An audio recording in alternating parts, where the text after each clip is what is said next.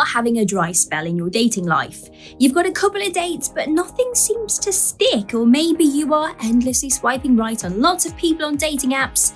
However, no one's really interested in you. It could be that your biggest fear has come true. You feel that you are not interesting enough and no one wants to spend their time with you. This fear of us not being good enough is going to stop you from enjoying life and pushing yourself outside of your comfort zone to grow into the best version of you.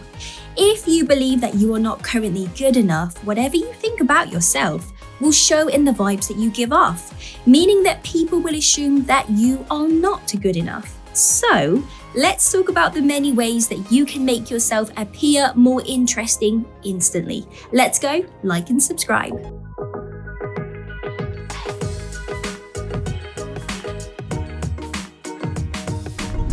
Build connection with other people's interests. This works in the office, with friends, and on dates.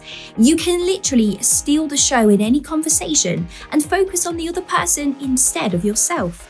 During the conversation, you can ask them what they are currently learning. Is there something that they are actively doing to progress their job? Or in their personal life, do they find something very interesting? Psychologically, if you give someone that floor to open up about the things that they find quirky and weird about themselves, it gives them that chance to share their vulnerabilities without anyone making fun of them. And naturally, this person is going to assume that you are a safe person to talk to. They will feel more comfortable around you, therefore they find you interesting. Some great examples could be to ask someone how they learned the thing that they have done or are doing. For example, I once went on a nature walk with a date and noticed that they knew the Latin names for many of the trees that we were walking past, and they quickly shut down the conversation when I asked them how they knew these Latin names, and I thought it was great. And I asked him how he learned all of this knowledge and to share more of it with me, and within seconds, his face lit up and they were so excited to share this passion with me that they found me super interesting, and that relationship has resulted in a long-term one that is still going today. Some other quirky examples could be to ask someone some weird things that they have recently seen, eaten, completed, or heard. And if you expect other people to be interesting and ask them about what they find interesting, they assume that description fits you also. Do more interesting things. Yes, you expected me to say this, but it's obvious. If you have the fear that you are currently not interesting enough, it means you need to switch up your routine. Watch something different on Netflix, learn a new skill or hobby, and venture into different places to where you normally go. By giving yourself access to interesting things, it means you have more to share with someone else. And this means stepping out of your comfort zone and becoming an interesting person. Stop the default boring answers. If someone at work asks you what you did at the weekend, a boring answer would be, not much.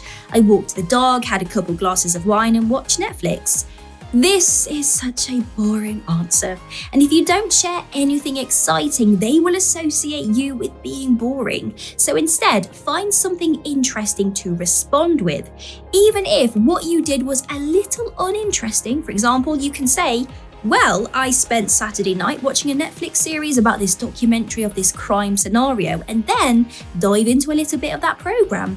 Then I went dog walking on Sunday morning and it was raining like crazy, so I ended up having to wash my car interior, wash the dog, and then wash the sofa because the dog came straight into the house and ruined the sofa with mud.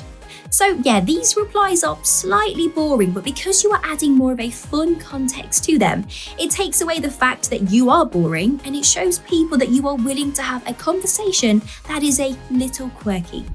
Ask people fun questions.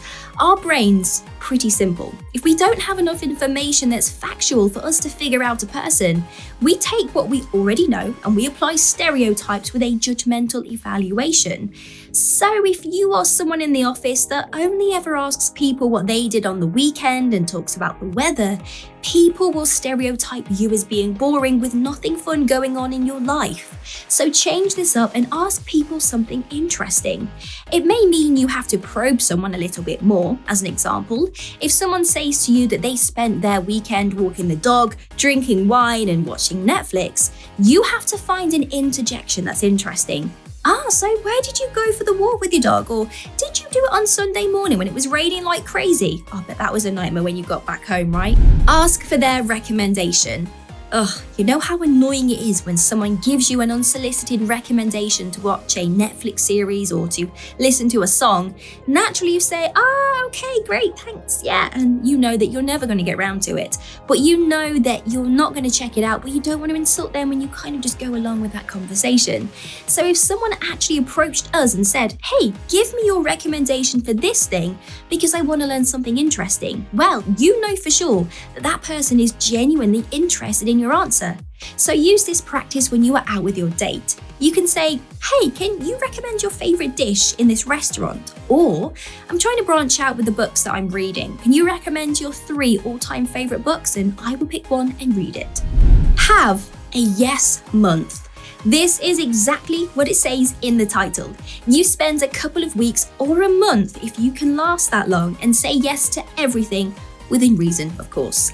It means if someone asks you to go out for dinner or asks you to go on to that work party, you say yes.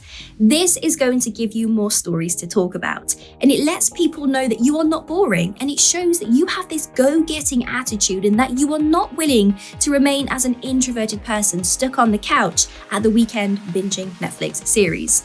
There is always something very fun and sexy about someone that is spontaneous. So if a date sends you a message and says, hey, do you want to grab a quick coffee on my lunch break this afternoon? Instead of you shutting it down with many valid reasons why you can't, you need to be spontaneous and agree to this. You will come out on top as the interesting person. Listen to podcasts. You may find that physically having to go to events may be tiring and maybe you're really struggling for time. Well, instead, bring the interesting stuff to you. Podcast creators have already done the hard work to keep their listeners engaged. You can listen to a podcast during the morning commute, whilst cleaning, laying in bed.